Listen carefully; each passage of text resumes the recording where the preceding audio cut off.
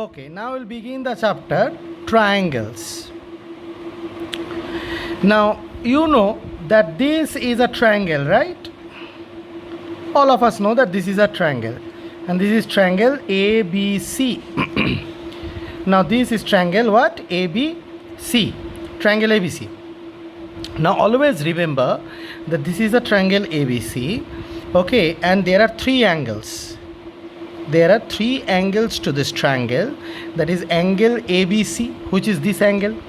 Now angle ABC का नाम you can also write angle CBA, right? Okay. Then angle BAC, this angle. Angle BAC का नाम you can also write CAB.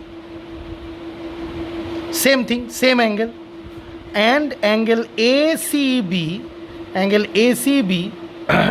ACB का नाम you can also write angle BCA from this direction.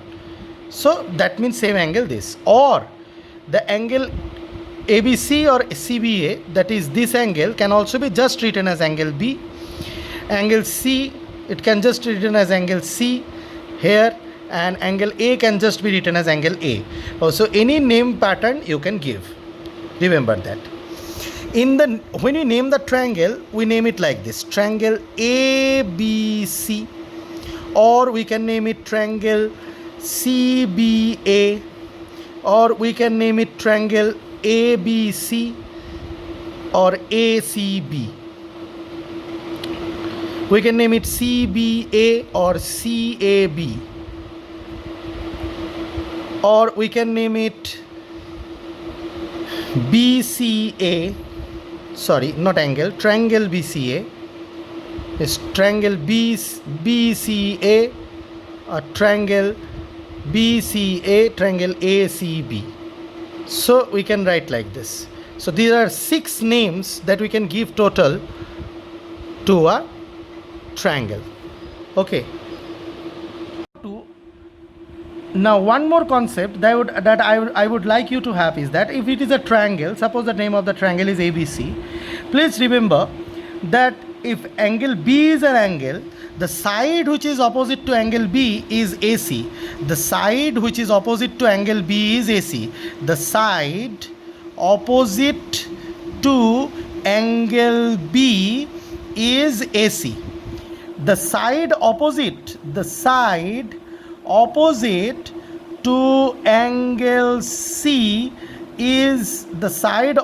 to angle C is AB, and the side opposite to angle A is BC. Okay, the side opposite to angle A is BC. So having this concept is very important. Suppose there is a triangle PQR, which is if this is angle R, which is the side opposite to R? PQ. Which is the side opposite to Q? Angle Q? PR. Which is the side opposite to angle P? QR. So at the opposite of each of the angle there is a side. At the opposite of each of the angle there is a side. At the opposite of each of the angle there is a side. We cannot and we should not forget this concept. Okay. So basically a triangle can be of any type. I have previously taught you about the type of triangles: the obtuse angle triangle, the acute angle triangle, the right angle triangle. Okay, all these things we have made, all these things I have made clear to you. There can be different types of triangles, but if there is a triangle, if it is a triangle is ABC, okay, then you should remember that there are 3 angles: angle A, angle B, and angle C, which can also be named as angle ABC, CBA, BAC, CAB, ABCA, ACB. And naming the full angle, that is ABC or ABC or CBA for angle B, naming like this is better. For angle A also full name, and full name is better. Why? Because if suppose there is another dagi inside the triangle, suppose like this, another dagi inside the triangle, then when you say angle B, they will refer to 3 angles: angle B, this one, angle B. But if you give the full name, suppose you say ABC, then there won't be problem in understanding that they are talking about the bigger angle. If you say angle ABD, then there will be no problem in understanding that you are talking about ABD, that is this angle.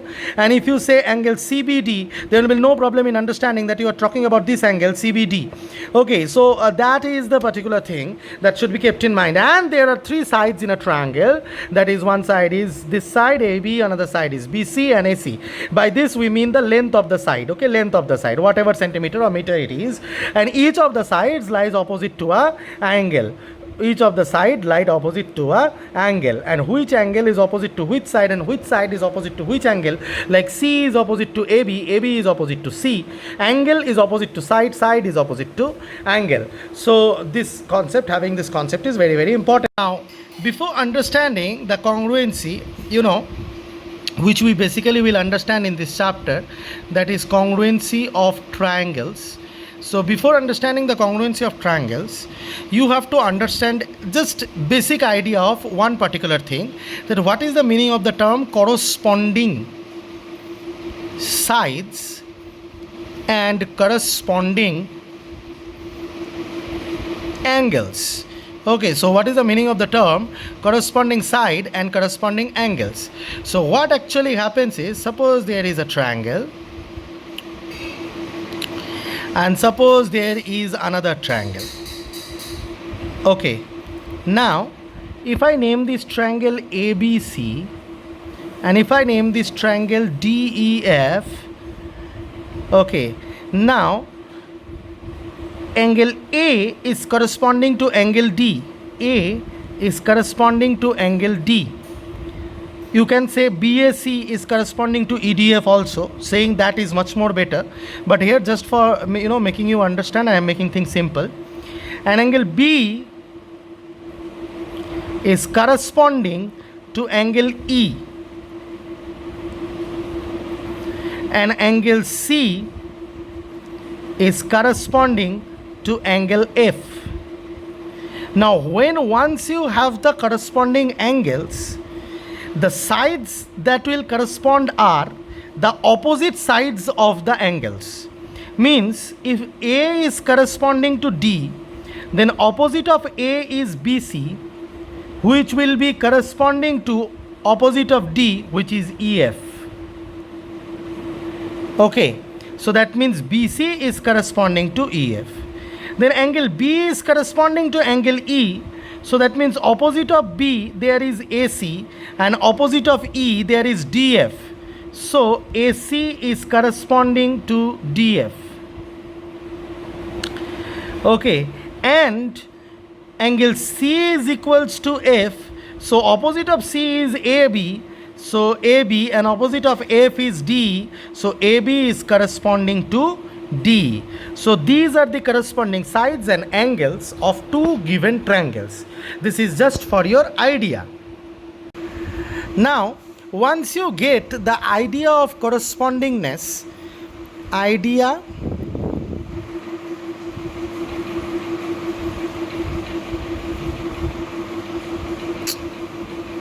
of correspondingness. Okay, once the idea of correspondingness is clear to you, then I hope that you have understood the previous video or the previous thing that was given. Now the fact is this, that in the previous section of the previous video, I have shown you very simply this one triangle, and I have shown you that this corresponds to this, means top corresponding to top, left corresponding to left, right corresponding to right. And once you get the corresponding angles, you will get the corresponding sides also, opposite side. This and this will be corresponding, this and this will be corresponding, lying opposite to this, and this will be corresponding. But however, always when you do mathematics, the corresponding angles and the corresponding sides will not appear to you in such a simplified manner. It may be like this, that it is one triangle is like this, the other triangle is like this, and it may be so that this angle is corresponding to this angle and this angle be corresponding to this angle and this angle be corresponding to this angle. The situation may be so. So you should not always stick your idea that উপরেরটার সাথে এটার সাথে আর এটার সাথেই corresponding হবে, সেরকম কখনো হয় না। সেরকমও হয়, মানে আবার এরকমও হয়, করসপন্ডিংনেস এটা আর এটার সাথেও হতে পারে, এটা আর এটার সাথে হতে পারে, এটা আর এটার সাথে হতে পারে, এটা আর এটার সাথেও হতে পারে। ঠিক আছে, মানে suppose it is A B C D E F, suppose ऐसा पकड़ लो, तो क्या होता है कि angle A is corresponding to angle E. Okay, means just open your imagination. A can be corresponding to E and B can be corresponding to F and C can be corresponding to D. That may be the situation. And when that is the situation, which will be the corresponding sides? B के opposite में जो है AC, AC will be corresponding to B के साथ equal कौन है? F, DE. ठीक है, एंड C के ऑपोजिट में है जो AB, तो C के साथ इक्वल कौन है? D, तो उसके ऑपोजिट में कौन है? EF, तो EF. और A के ऑपोजिट में कौन है? BC, लेकिन A के साथ कॉरस्पॉन्डिंग एंगल कौन है? E, तो DF. तो ये हो गया साइड्स का करस्पॉन्डिंग रिलेशनशिप, ओके, जो एंगल के ऊपर निर्भर करेगा, या फिर एंगल का भी साइड के ऊपर निर्भर कर सकता है, लेकिन ऑपोजिट में होगा। I hope that you have understood this. तो आई होप कि करस्पॉन्डिंग की जो बातें हैं वो आपके दिमाग में बिल्कुल क्लियर हो गई हैं, okay, and I hope that you can understand the corresponding की बातें। अब चलो कॉन्ग्रुएंट ट्रायंगल के बारे में सीखते हैं।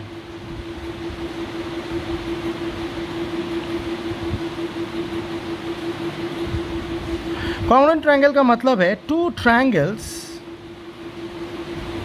Having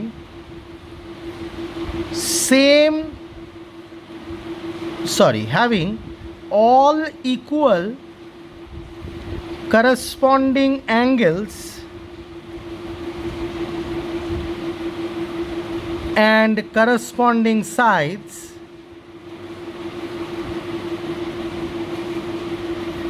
two triangles having all equal corresponding angles and corresponding sides are called congruent triangles, are called congruent triangles।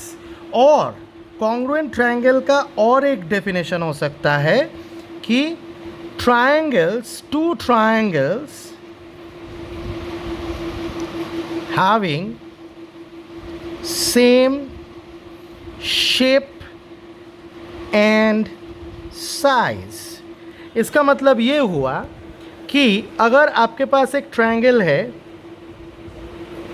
Triangle ABC, और उससे रिलेटेड आपके पास एक ट्रायंगल है, ट्रायंगल DEF, और अगर इन दोनों का सेम शेप एंड साइज़ है तो हम लोग बोलते हैं कि triangle ABC is congruent to, ये है सिंबल ऑफ कॉन्ग्रुएंसी,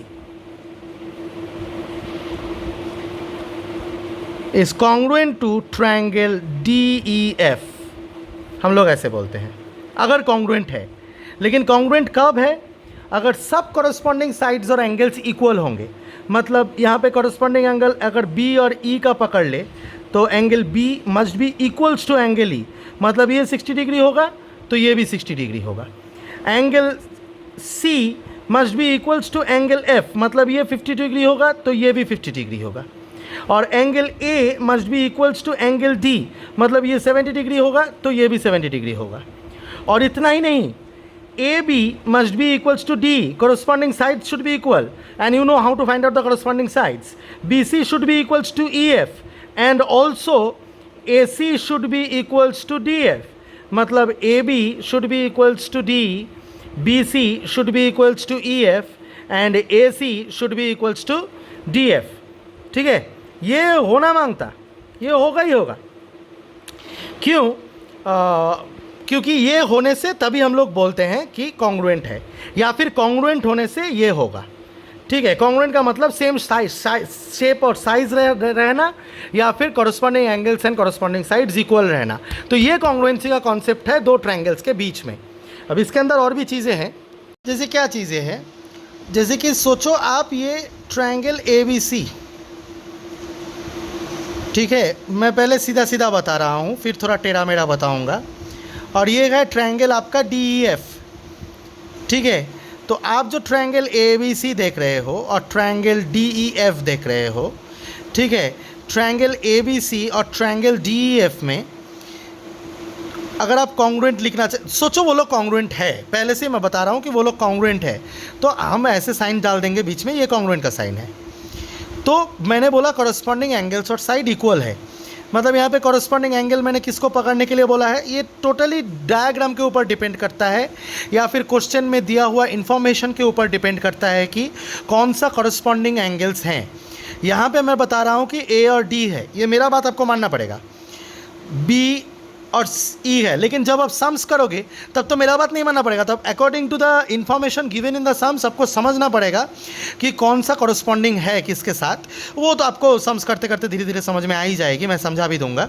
और C के साथ F, अभी तो मेरा बात मान लो, लेकिन जब मैं लिखूँगा तब मैं, अगर देखो मैंने सिखाया था ना 6 तरीके होते हैं, 6 ways of writing the names, 6 ways of writing names of triangles. तो आप लोग सोच सकोगे कि मैं इसको triangle ABC congruent to triangle FED लिख दूंगा, क्या फ़र्क पड़ता है, या फिर triangle BCA congruent to triangle DEF लिख दूंगा, क्या फ़र्क पड़ता है, ये ट्रायंगल कॉन्ग्रुएंट टू ये ट्रायंगल, या फिर triangle CAB congruent to triangle FDE लिख दूंगा, क्या फ़र्क पड़ता है। नहीं, आप ये सब नहीं लिख सकते, जो चाहे मन में आप लिख दोगे ट्रायंगल का नाम। जब आप कॉरस्पॉन्डिंग के लिए लिख रहे, सॉरी कॉन्ग्रुएंस के लिए लिख रहे हो, तो when you are writing the names for congruency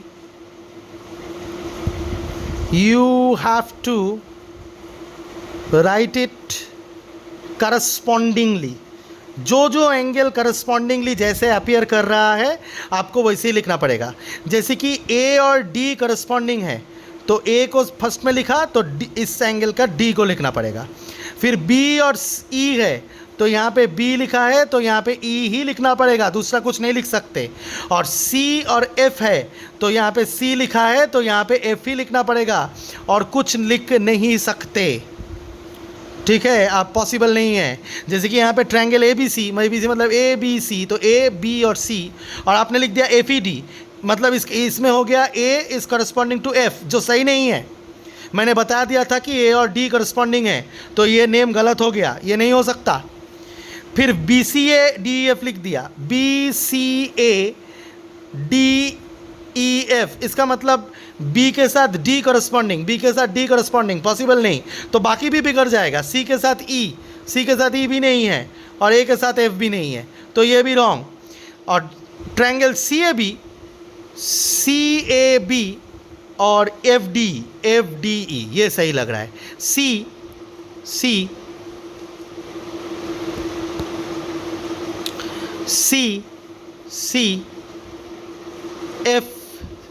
F C F C और F corresponding, A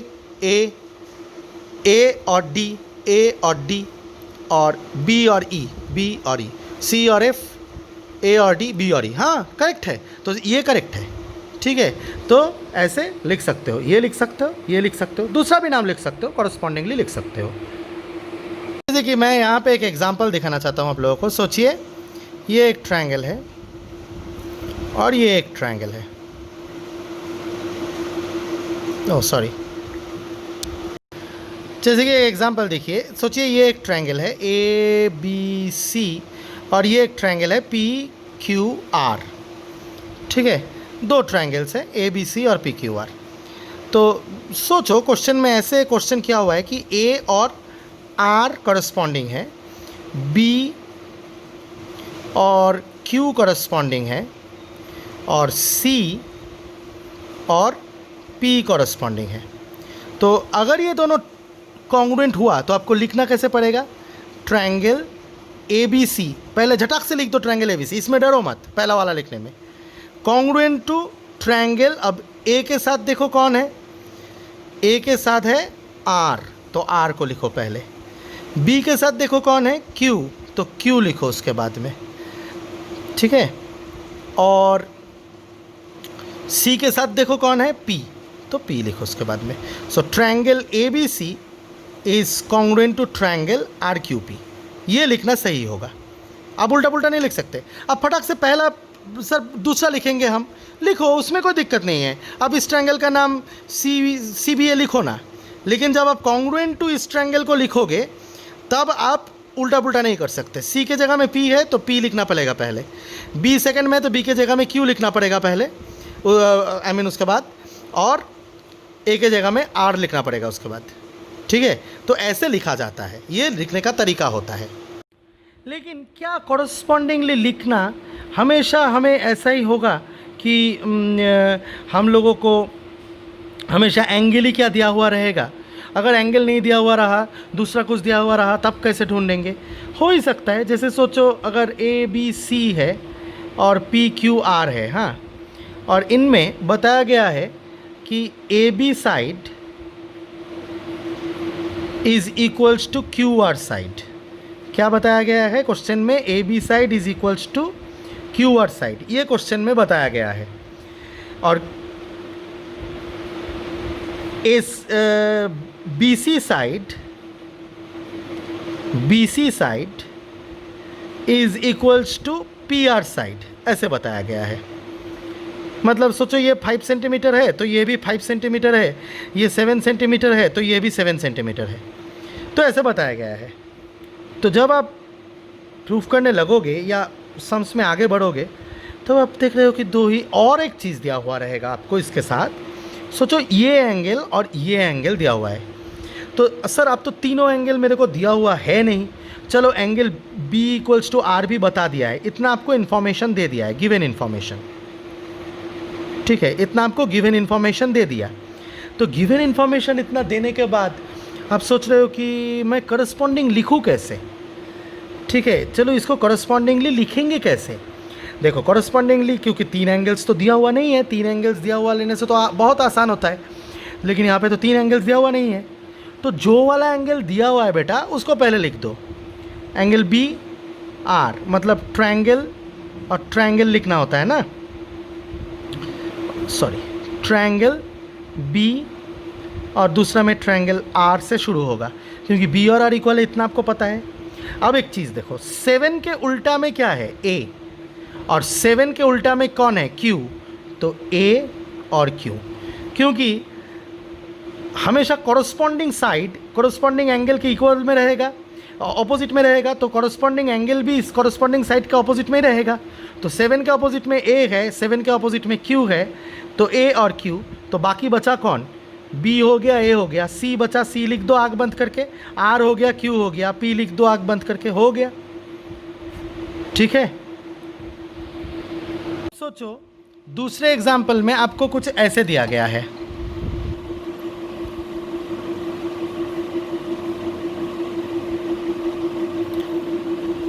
A B C M P L, और आपको बताया गया है कि ए बी और पी एल इक्वल है और बी सी और एम एल इक्वल है या करस्पॉन्डिंग है, या फिर ए सी और एम पी करस्पॉन्डिंग है, ठीक है। तो आप कैसे लिखोगे ट्रायंगल्स का नाम? तो हमको लिखना है ट्रायंगल ए बी सी, फटाक से लिख दो, पहला वाला लिख दो फटाक से, कोई प्रॉब्लम नहीं है, ठीक है। फिर क्योंकि तीनों साइड दिया हुआ है तो अब ए बी के ऑपोजिट में सी है, अच्छा पहले ए लिखा है तो ए किसके ऑपोजिट में है? देखो बी सी के ऑपोजिट में है, बी सी किसके साथ इक्वल है? एम एल के साथ इक्वल है, एम एल किसके ऑपोजिट में है? पी के ऑपोजिट में है, तो ये हो गया पी, ठीक है। अच्छा अब बी लिख दिया था तो बी के ऑपोजिट में कौन है? ए सी है, ठीक है। तो ए सी के साथ इक्वल कौन है या कॉरस्पॉन्डिंग कौन है? एम पी है, ये तुमको पता है, एम पी का अपोजिट में कौन है, एल है, तो एल लिख दो। फिर सी के ऑपोजिट में कौन है, ए बी है, ए बी के साथ इक्वल कौन है, ओह सॉरी, हाँ पी एल, हाँ पी एल इक्वल है, पी एल का ऑपोजिट में कौन है, एम है, तो एम लिख दो। ठीक है सर, दूसरे पैटर्न से लिखना है, हाँ दूसरा पैटर्न हो जाएगा, ट्रायंगल बी सी ए लिख दो, अब ढूंढो उसके हिसाब से, जैसे मैंने यहाँ पे ढूंढा है, तो क्यों नहीं होगा, ज़रूर होगा।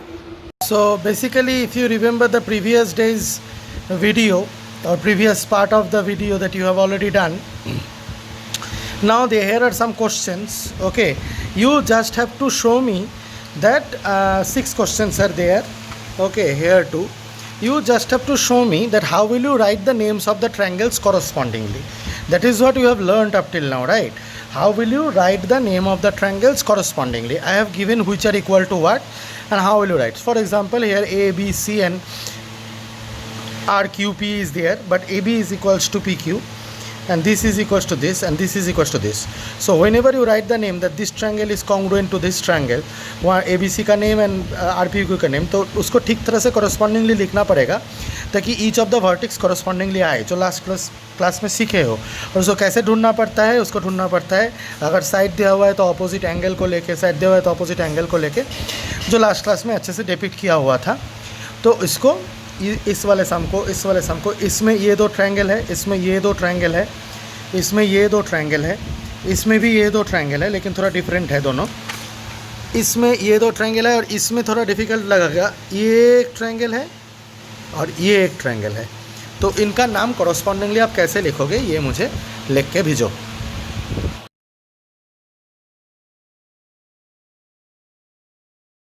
So basically how to solve this is, it will be first triangle का name I'll write like that only, ABC. Now I can see that A is equals to P, so is congruent to triangle P, A के जगह में P लिख देंगे। अब AB is equals to PQ, तो AB के opposite में, अभी बात ऐसा है कि ये B है यहाँ पे, तो B के जगह में मुझे B का कॉरस्पॉन्डिंग पॉइंट ही लिखना है, लेकिन B के ऑपोजिट में कौन है, AC, राइट। तो AC के साथ इक्वल कौन है, RP, तो RP के साथ ऑपोजिट कौन है, Q, तो Q होना चाहिए और R होना चाहिए। तो ये होगा हमारा इसका आंसर। इसमें आंसर क्या होगा, इसमें होगा PQS। अगर मैं लिख दूं डायरेक्ट ट्रायंगल PQS, तो कॉन्ग्रुएंट टू मुझे क्या लिखना चाहिए, ट्रायंगल PQS कॉन्ग्रुएंट टू। अब यहाँ पे क्या दिख रहा है मुझे, मेरे को यहाँ पे साफ बताया गया है कि SR is equals to QS is equals to SR। तो PQS अगर मैं लिख दूं तो मुझे दिख रहा है कि P के जगह में मुझे P के ऑपोजिट में है QS, और QS के साथ बिल्कुल इक्वल है SR। तो SR के साथ ऑपोजिट है, फिर से P ही ऑपोजिट है, मतलब यहाँ पे P मतलब ये वाला P और यहाँ पे P मतलब ये वाला P, तो P ही बैठेगा, राइट और रॉन्ग। और इसके जगह में ये वाला S एंगल PQS में और PSR में ये वाला S एंगल, दोनों इक्वल है, तो S के जगह में S बैठना चाहिए, तो PRS, तो ये है, ठीक है। और इसमें अगर मैं POA लिख भी दूँ ट्रायंगल, ठीक है, तो वो कॉन्ग्रुएंट टू बन जाएगा, POA लिखे हो आप, ठीक है, तो O के जगह में तो O रहेगा, क्योंकि O एंड O इक्वल दिया हुआ है मैंने, ठीक है, POA एंड M के, तो O के जगह में O लिख दिया। अब बात यह है कि O के जगह में O लिखने के बाद अब यहाँ पे P के जगह में कौन होगा, लेकिन P किसके साथ ऑपोजिट है, AO के साथ, और AO किसके साथ इक्वल है, OK के साथ। OK के ऑपोजिट में कौन है, M, तो M लिख दो, और बाकी कौन रहा, K इस ट्रायंगल में, तो K लिख दो। तो ये होगा इसका आंसर।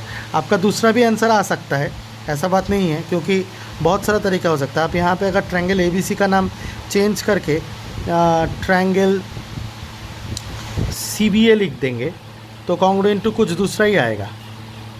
ट्रायंगल CBA अगर लिख देंगे तो कॉन्ग्रुएंट टू कुछ दूसरा ही आएगा, ठीक है, क्योंकि C अगर है, C किसके ऑपोजिट में है, AB के ऑपोजिट में C है, AB के ऑपोजिट में C है, तो अगर AB के ऑपोजिट में C है तो AB के साथ इक्वल है PQ, PQ के ऑपोजिट में R है, तो पहले R होगा, ठीक है, और तो पहले R होगा, और ऐसा होगा कि आर हो गया। तो अब बी, फिर बी है, बी के ऑपोजिट में कौन है, ए सी है, ए सी के साथ इक्वल है आर पी, आर के ऑपोजिट में क्यू होगा, आर क्यू पी। ठीक है, ये भी नाम सही है, ये इस तरह से लिखने से भी सही है। तो इसका भी दूसरा पैटर्न पॉसिबल है। आप अगर पी क्यू एस के जगह क्यू एस पी लिख दिए होगे, ठीक है, तो उस हिसाब से आपको देखना पड़ेगा। तो इसका क्या होगा, तो इसमें बेसिकली क्या हो रहा है, इसमें हम लोग देख रहे हैं ये और ये इक्वल है, तो इसके ऑपोजिट में कौन है, बी, और इसके ऑपोजिट में कौन है, डी। तो अगर पहले बी लिखोगे तो इसमें डी लिखना पड़ेगा, ऐसे भी कर सकते हो। और सी और सी दोनों के लिए सेम है, तो सी और सी लिख दो, और बाकी कौन रहा, ए और ई, ए और ई, है ना। तो इस तरीके से होता है। अब दूसरा नाम भी लिख सकते थे, अगर आप बोलोगे कि नहीं मुझे ए बी सी लिखना है पहले, ठीक है, कॉन्ग्रुएंट टू। तो अगर आपने ए बी सी लिखा है तो पहले आपको देखना पड़ेगा, आप ए के जगह में ए किसके ऑपोजिट में है, बी सी के ऑपोजिट में है। तो बी सी के साथ इक्वल ई डी है, तो ई डी के ऑपोजिट में ई है, तो ई लिखना पड़ेगा पहले, ठीक है। फिर कौन है, बी, बी किसके ऑपोजिट में है, ए सी के ऑपोजिट में है, ए सी के साथ इक्वल ई सी है, तो ई सी इक्वल डी, ई सी का ऑपोजिट में डी है, तो डी लिखना पड़ेगा, और बाकी कौन रहा, सी। और हाँ, तो ये भी हो सकता है ना, कोई दिक्कत नहीं है। फिर ये आया, ये थोड़ा सा डिफ़िकल्ट लगता है सबको, क्योंकि इसमें ना तीनों साइड दिया हुआ रहता है, जैसे ये 6 सेंटीमीटर और ये 6 सेंटीमीटर, तो ये वाला और ये वाला। अब ये 7 सेंटीमीटर, ये 7 सेंटीमीटर और ये 7 सेंटीमीटर, तो ये वाला और ये वाला, ये 7.5 सेंटीमीटर, ये 7.5 सेंटीमीटर, तो ये 7.5 सेंटीमीटर, तो ये वाला और ये वाला। अब क्या होगा, अब आप ट्रायंगल सोचो, लिख दो डायरेक्ट, एक्स वाई जेड लिखा, तो कॉन्ग्रुएंट टू क्या होना चाहिए, एक्स वाई जेड। तो इसका एक्स यहाँ पे है, एक्स के ऑपोजिट में कौन है, वाई जेड, ठीक है। तो वाई जेड के साथ इक्वल कौन है, वाई जेड के साथ इक्वल है एल क्यू, तो एल क्यू के ऑपोजिट में है एम, तो हो गया ट्रायंगल एम। अब बात ऐसा है कि फिर y लिख दिया, y के ऑपोजिट में कौन है, एक्स जेड के साथ इक्वल है एल एम, तो इसका ऑपोजिट में q है, तो q आ जाएगा। तो बाकी कौन रहा, बाकी रहा l। बस दूसरे तरीके से भी लिख सकते हो, you can try some other names also. Okay, यहाँ पे ओ नाम दे देता हूँ, ओ यहाँ पे नाम देने का ज़रूरत नहीं है। अच्छा, सबसे पहले तो A B is equals to D C बताया, ए बी इजिकल, अच्छा चलो पहले ट्रायंगल ए बी सी लिख देता हूँ कॉन्ग्रुएंट टू। अब A B is equals to D C बताया है, तो अब बात ये है कि ए बी सी अगर लिख दोगे तो ए के ऑपोजिट में बी सी है, और दोनों में बी सी कॉमन है। ये वाला ट्रायंगल, ये वाला ट्रायंगल और ये वाला ट्रायंगल में बी सी कॉमन है, राइट। तो ए के ऑपोजिट में बी सी है इस वाले ट्रायंगल में, तो इस वाले ट्रायंगल में बी सी का ऑपोजिट में डी है, तो डी हो गया। अब बी के ऑपोजिट में इस वाले ट्रायंगल में ए सी है, ए सी के साथ इस ट्रायंगल में कौन इक्वल है, ए सी के साथ इस ट्रायंगल में डी भी इक्वल है, तो डी के ऑपोजिट में सी है, तो सी हो जाएगा, है ना। तो बचा कौन, D C B, D C B. बस अब यहाँ पे नोटिस करने वाली ये बात है कि ये दो ट्रायंगल में ये एक ट्रायंगल है और ये एक ट्रायंगल है, ये, ठीक है। तो ये नोटिस करने वाली बात है, कंफ्यूज नहीं होना है, दूसरे तरीके से भी लिख सकते थे। Now we will learn again right how to write corresponding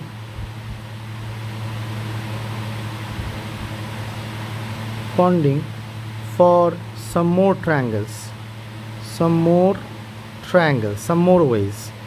आप सपोज सोचो आपको एक ट्रायंगल दिया है ऐसा, सपोज सोचो आपको एक ट्रायंगल दिया है ऐसा, ठीक है, और एक ट्रायंगल दिया है ऐसा। अब इसमें बताया है कि ये एंगल और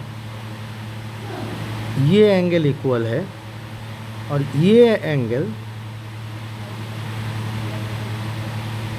और ये एंगल इक्वल है, और ये साइड और ये साइड इक्वल है, ऐसा कुछ बताया गया है। ठीक है, मतलब इसका नाम है सोचो पी क्यू आर, इसका नाम है सोचो एक्स जेड वाई। अब आपको बताया क्या गया है कि z is equals to P, y is equals to R and P R is equals to Z Y. तो इसको कैसे लिखोगे?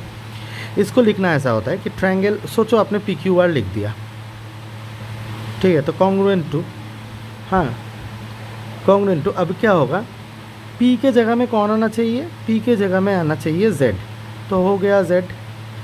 r के जगह में कौन आना चाहिए? r के जगह में आना चाहिए y, तो आ गया y। ठीक है, और बाकी कौन रहा? q की x, तो सॉरी गलती हो गया। ट्रायंगल पहले पी क्यू आर लिख दिया, ठीक है, तो पी क्यू आर लिख दिया, मैं गलत लिख दिया था। अब पी क्यू आर लिखे हो तो पी के जगह में आना चाहिए z, हाँ, तो ट्रायंगल z। अब q के जगह में कौन आना चाहिए? देखो r के जगह में आना चाहिए y, तो r के जगह में y आना चाहिए, तो y इधर होगा, तो q के जगह में आना चाहिए x। तो ऐसे लिख सकते हो आराम से। ठीक है, अब बोलोगे नहीं सर मैं दूसरे तरीके से लिखूँगा, हाँ लिखो। सर मुझे पहले इस ट्रायंगल का नाम लिखना है, वो भी उल्टा तरीका से, जेड वाई एक्स, हाँ लिखो ना, कोई प्रॉब्लम नहीं है। इस congruent to Z Y X, तो जेड के जगह में आना चाहिए पी, तो हो गया पी। वाई के जगह में आना चाहिए आर, तो हो गया आर, और एक्स के जगह में आना चाहिए क्यू, तो हो गया क्यू। सर आपको कैसे पता चला? क्योंकि गिवन है ना, ये और ये इक्वल, ये और ये इक्वल दिया हुआ है, ये और ये इक्वल दिया हुआ है, और ये इक्वल दिया हुआ है, तो इसका अपोजिट में ये एंगल और इसका अपोजिट में ये एंगल इक्वल होगा, बस एज ईजी एज दैट। इसमें तो कोई दिक्कत नहीं होना चाहिए। ओके, अब देखो क्या हो रहा है, पी एम इज़ बाइसेक्टर, बोला है P M is bisector of angle P, मतलब ये वाला और ये वाला इक्वल होना चाहिए, पी एम अगर bisector of angle P, and P M is perpendicular to Q R, तो मतलब ये 90 डिग्री और ये 90 डिग्री होना चाहिए। अब क्या ये दोनों ट्रायंगल कॉरस्पॉन्डिंगली लिख सकते हो या फिर कॉन्ग्रुएंट है? हाँ है। कैसे? देखो, अगर आप direct triangle P Q are लिख दोगे, तो मैं तुमको एक चीज़ बताना चाह रहा हूँ कि ये angle not P Q R, triangle P M R, मतलब ये वाला और इसके साथ ये वाला, ये छोटा वाला और इसके साथ ये छोटा वाला, तो P M R congruent to कैसे लिखना पड़ेगा? पी एम आर हो गया, तो ये पी के साथ ये वाला ट्रायंगल में ये वाला पी सेम है, क्योंकि यहाँ पे बाइसेक्टर बोला है, तो पी होना चाहिए, राइट और रॉन्ग? और एम पी एम आर, तो इसमें पी एम क्यू, इसमें दिख रहा है कि आराम से एम और एम के जगह में बैठेगा, ठीक है, क्योंकि इसका भी M90 है, इसका भी M90 है, ठीक है, और बाकी क्या रहा Q, तो ऐसे लिख सकते हो। इसको दूसरे तरीके से भी लिख सकते हो। आपको ज़िद हुआ कि नहीं मुझे QPM लिखना है, तो ठीक है ना बेटा, QPM लिखना है, तो P के जगह में P होगा, क्योंकि P और P इक्वल है, तो P बीच में होगा। M के जगह में M होगा, M90 है, M90 है, तो M लास्ट में है, तो M लास्ट में होगा। और सामने क्या है Q, तो Q के जगह में R लिख दो, बस ख़त्म। ये भी सही है, ये भी सही है ना?